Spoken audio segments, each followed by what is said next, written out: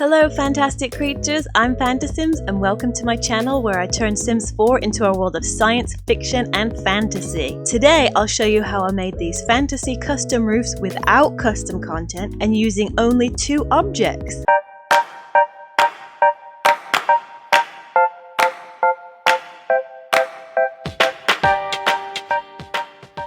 In a previous video, I showed you how I made these castle towers that you can see in the background. I'll put a link to that video in the description below. And one of the objects I used was this bright, vivid swatch of the Get Famous bookcase. I loved the color so much that I played around with the object to see if I could turn it into a fun roof as well. So what you're seeing is the back of the bookcase. Something I always love to do is look at the backs of objects because they work so well as architectural details. So at first I just rotated the object with the period or comma keys in build mode into an octagon shape. For the center I did the same thing, I just layered them on top of each other and it gave it this really cool fancy tube shape. I then made another layer with smaller bookcases just to add some more dimension. In live mode I used the tool mod to toggle select all the outer objects and tilted them in slightly by I think around 20 degrees to give it a sloped look like a castle roof.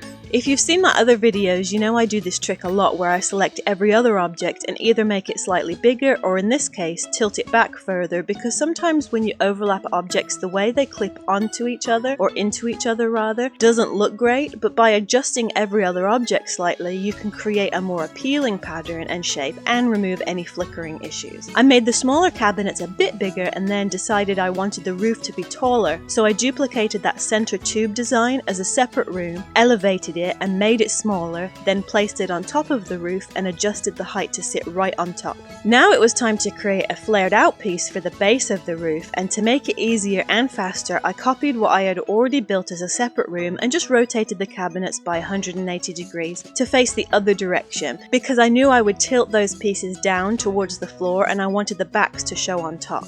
I can't remember how many degrees I tilted it forward. It was more than 90 degrees, so probably 110 degrees or so, to get it to slope down just a little. To fill in those gaps so that it has a nice round shape, I duplicated the room twice and rotated one group by 22.5 degrees and the other by minus 22.5, because 22.5 is halfway between the 45 degree rotations the game automatically does in build mode when you hit the comma or period keys to swivel an object around. As you can see, it gave them a bit of a funky twist, but it worked out great because when I layered them on top of each other it made these cool fanned out shapes. Then I selected the middle object in each of these fanned out sections and elevated it above the other slightly by rotating it back by like I think minus 1 degrees or something. I also duplicated and tilted the upright small cabinets to make it look more three-dimensional. Now you can see that the tips of the roof on the bottom are partly submerged in the ground, but I left it like that so that when you place it on top of a room it will hang over the edge a little. The roof is mostly made of just that one Get Famous bookshelf object, but I added the bronze roof decoration from Strangerville to make the design a little more interesting and to tie it into the beautiful ornate brass frame of the bookcases. And that was it! It took me less than 30 minutes to create this fun roof and then another 40 minutes to size down the roof and rearrange the pieces to make 2 other sizes. So you'll see here the different roof pieces I created and arranged them on the ground when I was mapping out the layout for a fantasy castle I started building. I saved each room as a separate room in my library, and then once I'd built some roughly shaped towers, I placed the roof pieces on top to get a sense of what heights